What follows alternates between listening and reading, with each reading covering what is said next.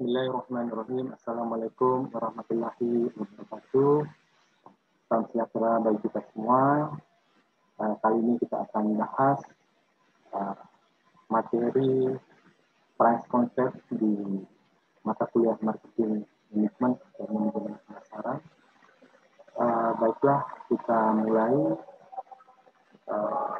price concept yang akan kami jelaskan.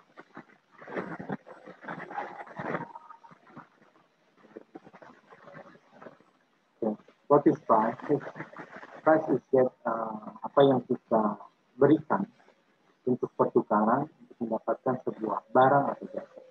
Ini definisi dari harga. Pentingnya harga bagi penjual maupun bagi konsumen.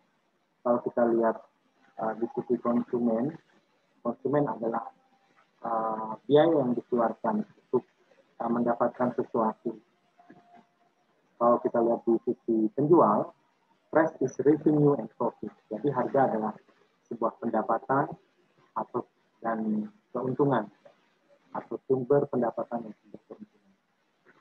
Jadi pentingnya harga bagi pemasaran yaitu pastinya perusahaan profit oriented sebagian besar, dan di sini dengan harga ini kita bisa menentukan keuntungan profit yang kita inginkan nantinya. The importance of price to marketing manager yaitu adalah revenue kita sama kita dari source. Jadi pendapatan total ya, apa kita bisa menghitung harga yang dibebankan kepada konsumen dikalikan sejumlah unit barang yang terjual, itu menjadi pendapatan. Dan profit ini keuntungan, di mana pendapatan dikurangi biaya sehingga di situ itulah perhitungan hasil keuntungan.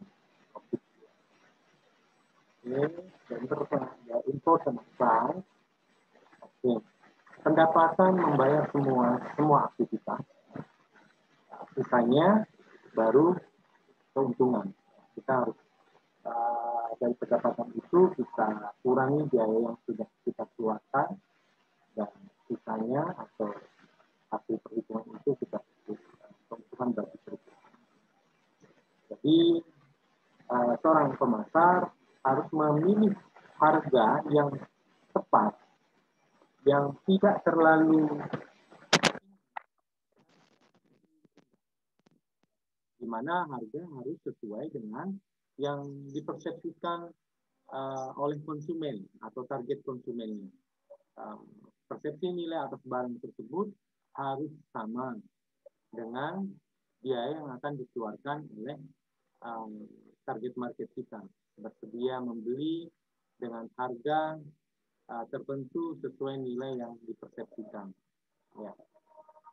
Kalau terlalu mahal bisa jadi nggak laku. Terlalu murah kita juga mempertimbangkan biaya produksi, jangan sampai kita rugi. Ya. Kalau terlalu murah bersaing tetapi tidak kurang baik bagi perusahaan. Ya.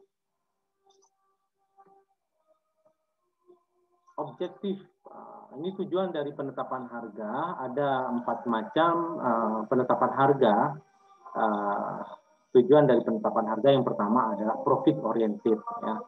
Jadi dia orientasinya terhadap profit tertentu sesuai yang diharapkan oleh perusahaan. Ada yang volume oriented, menetapkan harga agar dapat mencapai target volume penjualan tertentu, volume tertentu. Yang ketiga, image oriented, membentuk citra nilai. Ya.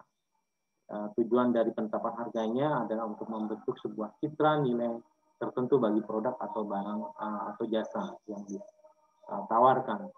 Dan yang keempat adalah price stability. Tujuan menetapkan harga ini untuk menjaga hubungan yang stabil antara harga perusahaan dengan perusahaan pesaing atau pemimpin industri. Jadi tidak mau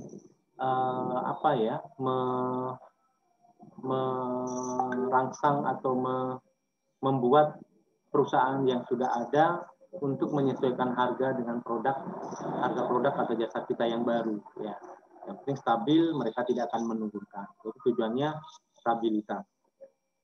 Biasanya kalau ada perusahaan pesaing baru menetapkan harga produknya ya dengan kualitas yang sama, mungkin dia menetapkan harga yang berbeda, kemungkinan besar pesaing yang sudah mapan atau pemimpin industri dia akan berusaha menyesuaikan perang harga ya. Nah, jadinya nanti perang harga ya memang yang diuntungkan adalah konsumennya. Oke, itu 4 tujuan dari penetapan harga. Berikutnya adalah faktor yang perlu dipertimbangkan dalam penetapan harga. Ada faktor internal dan eksternal. Kalau internal, kita lihat tujuan dari pemasaran, strategi bauran pemasaran, dan biaya yang dikeluarkan oleh perusahaan. Yang eksternal, kita melihat sifat pasar dan permintaannya, seperti apa. Yang kedua, persaingan saat ini cukup tinggi atau sedang atau rendah. Dan yang ketiga, unsur lainnya, kondisi kebijakan pemerintah, ekonomi, lingkungan eksternal secara umum. Ya. Oke, faktor internal perusahaan yaitu terkait faktor biaya. Ya. Ada 3 macam hubungan yang perlu dipertimbangkan. Faktor internal perusahaan dari segi biaya. Jadi kita lihat rasio biaya tetap terhadap biaya variabel. Ya. Jika biaya tetapnya lebih besar daripada biaya variabel, sebaiknya perusahaan memasarkan produk sebanyak mungkin. Nah, ini we call is volume sensitive. Ya. Kalau ingin untung banyak, volume penjualan harus diperbanyak oleh perusahaan. Ya. Karena biaya tetapnya lebih tinggi dari biaya variabel. Ya. Contohnya, biaya tetap perusahaan jasa penerbangan, ya, itu kan lebih besar daripada biaya variabelnya. Ya. Sehingga jika dia mengangkut penumpang 10 dengan mengangkut penumpang full capacity 100 orang, katakanlah seperti itu biayanya sama, biaya fixnya. Ya. Sehingga dia akan lebih untung jika mendapatkan volume yang lebih tinggi.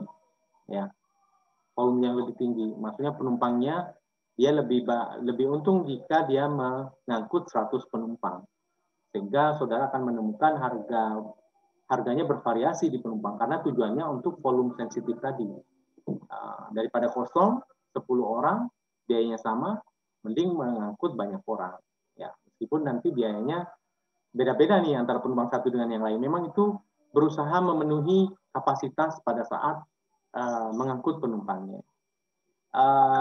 Berbeda pada saat biaya variabelnya lebih tinggi dari biaya fixnya, biaya tetapnya.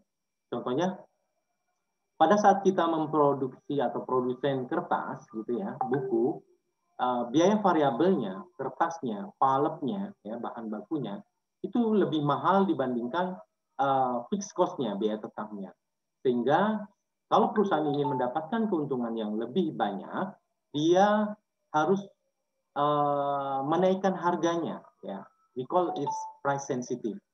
Kalau ingin mendapatkan untung banyak, harga buku per unitnya harus dinaikkan. Ya.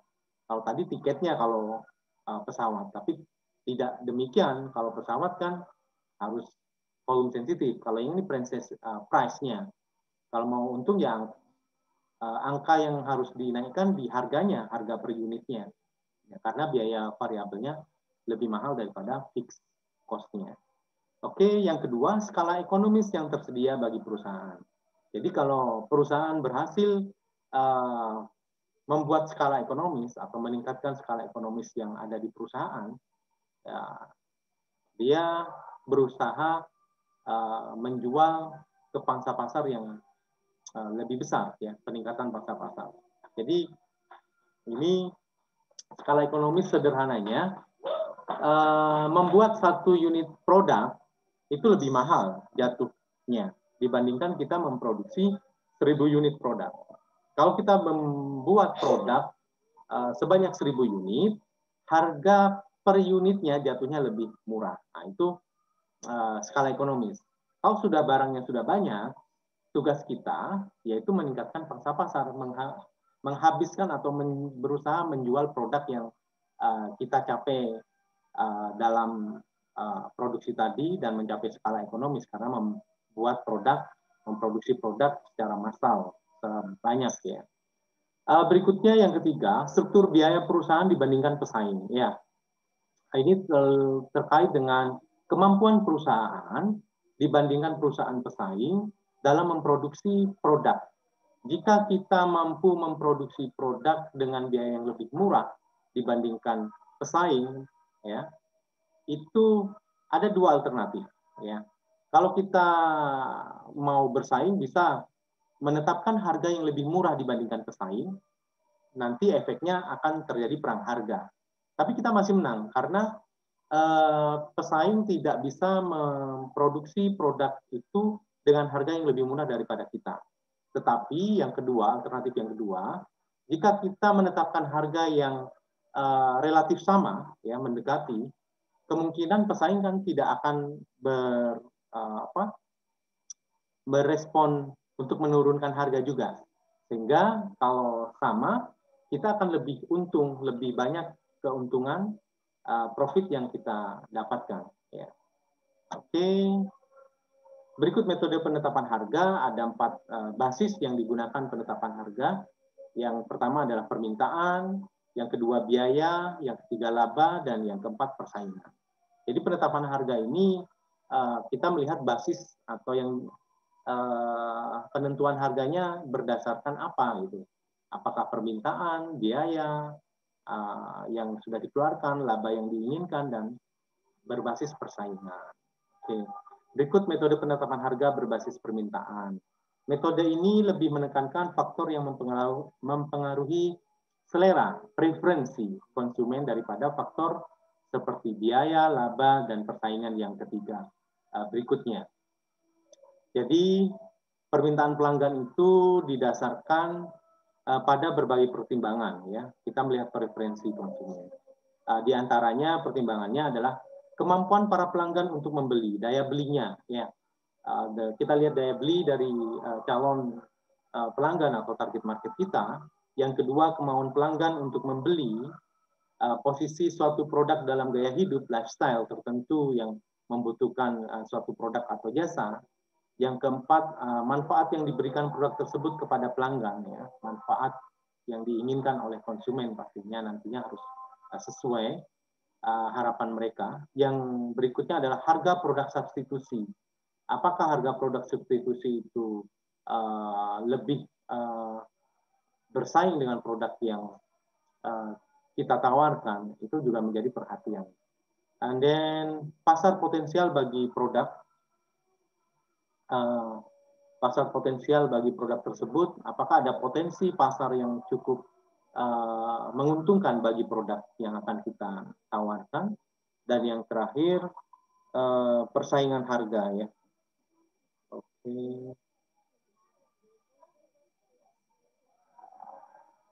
Apakah ada, ini persaingan non harga. Oke, baiklah, berikutnya metode penetapan harga berbasis permintaan, ya. Kalau permintaan itu kita lihatnya posisi dari konsumen, ya. Permintaannya. Seperti apa sih permintaan saat ini? Ada beberapa alternatif yang bisa kita gunakan, yaitu skimming pricing. Biasanya produk baru itu permintaannya cukup besar, ya. Kalau perusahaan menginginkan keuntungan yang cukup besar, kita dapat menggunakan strategi skimming pricing, menetapkan harga yang mahal di awal produk itu muncul. Pastinya produk itu memiliki kelebihan, keunggulan dibandingkan pesaing yang ada saat ini. Dari teknologinya, dari kualitasnya, yang memungkinkan ada target market yang bersedia membayar lebih mahal produk tersebut di awal-awal muncul, ya, karena memang tidak ada pesaing dari segi teknologi dan kualitas. Yang kedua, strategi skimming pricing. Strategi skimming pricing ini lebih menekankan faktor yang mempengaruhi selera, preferensi konsumen daripada faktor seperti biaya, laba, dan persaingan yang ketiga berikutnya. Jadi permintaan pelanggan itu didasarkan pada berbagai pertimbangan, ya. Kita melihat preferensi konsumen. Dan yang penetration pricing. Kalau penetration pricing menetapkan harga murah di awal, ya, karena tujuannya untuk menarik perhatian dan respon konsumen baru. Yang ketiga, prestige pricing. Ada konsumen memiliki permintaan, dia suka produk yang prestis, ya, sehingga kita menetapkan produk itu, harga produk prestis sesuai produknya, harganya harus prestis, biasanya mahal, ya, terbatas. And then price lining, karena permintaannya bermacam-macam berdasarkan lini masing-masing, ditetapkanlah price lining. Tahap line 1 berapa persentasenya, price 2 berapa persentase yang berbeda, dan price lining berikutnya. Ya. And then yang kelima adalah odd even pricing. Kalau odd even pricing ini psychological price, ya, karena orang banyak yang suka harga yang murah, ya, pastinya, tetapi perusahaan penyedia jasa tidak mau rugi pastinya, ya, sehingga dia menentukan harga yang ganjil, ya, 90.999 sekian. Nah, itu salah satu contoh odd even pricing, karena orang konsumen harapannya melihat itu bukan 100.000 yang notabene kelihatan besar dan nampak 90, meskipun faktanya itu 100.000 dan harga-harga yang lain. Oke, demand backward pricing. Kalau demand backward pricing ini menetapkan harga berdasarkan kira-kira konsumen itu berani bayar atau berani membayar produk ini sebesar berapa. Ya, kita tanyakan dulu. Ya, sehingga kita menetapkan harganya sesuai dengan permintaan dan kualitas barangnya akan kita sesuaikan. Ya, kira-kira kalau konsumen target market kita bersedianya membeli maksimal 100.000 atas suatu produk, ya kita tentukan oke lah 100.000. Sehingga kita konsekuensinya membuat produk yang memang masih untung jika kita jual sebesar 100.000 di luar. Ya. Dan bundle pricing. Ada orang yang suka secara psikologis juga nih, ya, kalau membeli sesuatu bundling itu akan mendapatkan harga lebih murah, gitu, ya. Nah, tetapi dalam sisi produsen, dia menjual lebih banyak item, tidak hanya satu item. Ya, memang kita turunkan harganya jika mereka bersedia membeli produk dengan bundling. Ya, dua item produk kita bundling, dijual bersama-sama. Ya, pastinya harganya akan lebih murah. Konsumen mendapatkan harga lebih murah, produsen atau penjual mendapatkan keuntungan yang lebih banyak karena item yang dijual lebih banyak dibandingkan cuma satu item yang dia jual. Ya, mungkin dan sebagian besar memang ada beberapa produk yang mau kadaluarsa itu mereka bundling, ya, untuk menarik konsumen. Oke, metode penetapan harga yang berikutnya adalah berbasis biaya. Metode ini penentu harga utamanya adalah aspek penawaran atau biaya, bukan aspek permintaan, ya, tapi biaya yang sudah dia keluarkan, ya. Dari biaya tersebut dia ingin mendapatkan keuntungan berapa rupiah atau berapa persen, ya. Yang pertama adalah standar markup pricing, ya. Standar markup pricing ini dia menentukan nih mungkin dari produsen, dari biaya yang sudah dikeluarkan, dia menetapkan harga sebesar 20% di atas biaya 20% atas biaya produksi, ya. Nah, di tingkat wholesaler demikian pula. Wholesaler beli di produsen atau pabrik, dia menetapkan harga mungkin 40%, ya, atau mungkin 30%. Kalau wholesaler biasanya nggak banyak sih, 25%, ya, atas produk yang dia beli. Dan reseller pun demikian. Reseller ini biasanya yang mengambil persentase yang cukup besar, sekitar 30-40% dari produk yang dia beli dari wholesaler atau mungkin ke produsen, ya. Standar markup, dia menetapkan standar berapa persen keuntungan yang dia inginkan dari biaya yang sudah dikeluarkan, ya. Dia beli sebesar katakanlah 60.000, dia jual 100.000, mendapatkan keuntungan 40%. Itu standar markup pricing. Berikutnya cost plus percentage of cost pricing. Dia menetapkan berapa persentase dari biaya yang sudah dikeluarkan. Ini sama, ya, tapi lebih apa ya? Contohnya mungkin pada saat kita properti ya, what we call jasa renovasi ya, dia menetapkan biayanya yang sudah dikeluarkan plus prosentase dari biaya yang sudah dikeluarkan itu dia dapatkan keuntungan. Contohnya jasa renovasi rumah ya, jika biaya yang sudah dikeluarkan adalah 100 juta, dia menginginkan katakanlah 20% dari biaya yang sudah dikeluarkan. Sehingga dia mendapatkan 20 juta ya. Jika renovasi total biaya yang sudah dikeluarkan adalah 100 juta plus 20%, sehingga dia mendapatkan bayaran total sekitar 120 juta. 20 adalah biaya percentage of cost-nya. Dan yang ketiga ada cost plus fixed fee pricing.